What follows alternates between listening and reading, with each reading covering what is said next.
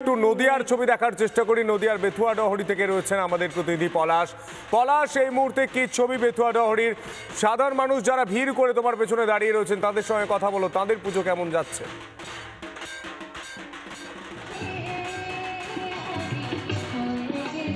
একদমই সন্তোষ। শুভ অষ্টমীর শুভ সন্ধ্যায় আমরা দিনভর নদিয়ার বিভিন্ন ছবি দেখানোর পর এবার নদিয়ার বেথুয়াডহরির ছবি দেখাচ্ছি।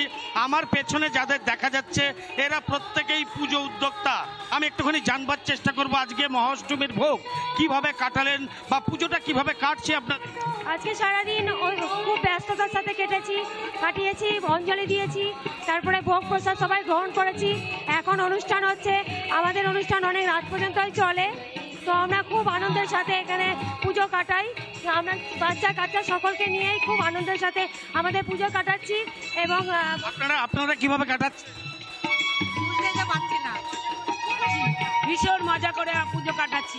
আমাদের পুজোটার আয়োজন করেছে, আমি একবার উদ্যোক্তাদের সঙ্গেও জানবো যে এবার কি মণ্ডপ সজ্জাটা কি করেছেন বা থিমটা কি আপনার? এবার আমাদের মণ্ডপ সজ্জা হচ্ছে হংকংয়ের ইস্কন মন্দির এবং প্রতিমা কিছুটা নটরাজের আদলে আমরা প্রতিমা তৈরি করেছি। পুজোর পাশাপাশি সামাজিক কাজ, আমরা পুজোর পাশাপাশি সামাজিক কাজ বলতে গেলে আমরা স্বেচ্ছায় রক্তদান শিবির করেছি ষষ্ঠীর দিন, সেভ ড্রাইভ সেভ লাইভের ওপর অনুষ্ঠান করেছি পঞ্চমীর দিন, এবং আমরা এছাড়াও নানা রকম সামাজিক আমি একাধিক কাজ করেছে। আমি আরো জানবার চেষ্টা করব পুজোর কদিন খাওয়া দাওয়া বা প্ল্যানিং কি আছে? পুজোর কদিন তো খাওয়া দাওয়া জোরতোর আছে, খাওয়া দাওয়া তো হচ্ছে। আজকে যেমন আমাদের এখানে আমাদের কসমস ক্লাবের মণ্ডপে উপলক্ষে আমাদের পোলাও আলুর দম অনেক কিছু খাওয়া দাওয়া। পুজো মানেই আনন্দ, খাওয়া দাওয়া আর হইচই মজা, এই তো। অর্থাৎ সন্তু বোঝাই যাচ্ছে গোটা নদিয়ার জুড়েই একটা মানে গোটা রাজ্য জুড়ে যে নদিয়ার ছবি আমরা দেখলাম। এবার আলিপুরদুয়ারের ছবি দেখি। সুদীপ রয়েছে সরাসরি। সুদীপ, এই মুহূর্তে আলিপুরদুয়ারের কি ছবি? পুজো কেমন হচ্ছে? আমারও সংঘ হ্যামিল্টনগঞ্জ থেকে তুমি রয়েছো, কি ছবি?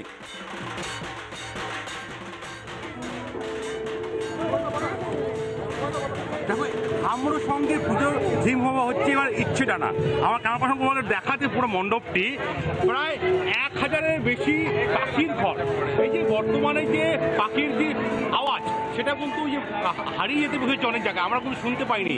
এই পুরো মণ্ডপটি জুড়ে কিন্তু পাখির ঘর তৈরি করেছে এবং পুরো মণ্ডপেই অ্যাকচুয়ালি শোনা যাবে কিন্তু যে পাখির যে আওয়াজ, বিভিন্ন রকম যে আওয়াজ, বিভিন্ন রকম পাখির যে শব্দ সেটা কিন্তু পুরো মণ্ডপে লক্ষ্য করা যাচ্ছে। এবং আমরা দেখেছি কিন্তু যে এই সেই ষষ্ঠীর থেকে কিন্তু এই মণ্ডপে কিন্তু প্রচুর দর্শনার্থীরা কিন্তু আসছে এবং এখানে সবাই এবং রাত্রি 10টা হয়ে গেল কিন্তু এসেই চলছে সমানে এই মণ্ডপে এবং প্রতিদিন লক্ষ্য করা যে প্রচণ্ড ভিড়। এবং এখানকার যে মায়ের মূর্তি দেখাবো, মায়ের যে মূর্তিতে কিন্তু একটা পাখির ছবি রয়েছে, যে পাখির এরকম ডানা, মায়ের মূর্তিতে কিন্তু দেখো পাখির ডানা রয়েছে। এটা অভিনব চিন্তাভাবনা করেছে, একদম পরিবেশকে যে ধরে রাখার জন্য পরিবেশ বান্ধব চিন্তাভাবনা করেছে।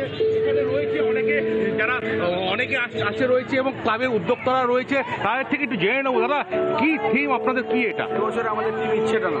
আচ্ছা, কেন? এই কি বিষয়টা কি বলুন? ব্যাপারটা যে নতুন প্রজন্ম এখানকার যে আগেকার দিনে যে কিচিরমিচির চড়ুই পাখি, শালিক পাখি এগুলা বিলুপ্তর পথে। আজকে তাই আমরা নতুন প্রজন্মকে দেখাতে চাচ্ছি যে এই পাখিগুলো ছিল এবং এদেরকে সংরক্ষণ করে রাখা উচিত, বাঁচানো উচিত। একদম যেটা বলতে যাচ্ছি যে অনেক পাখির কিন্তু আজকাল কোনো দেখা যাচ্ছে না, পাখির সংখ্যা কিন্তু কমতে বসেছে।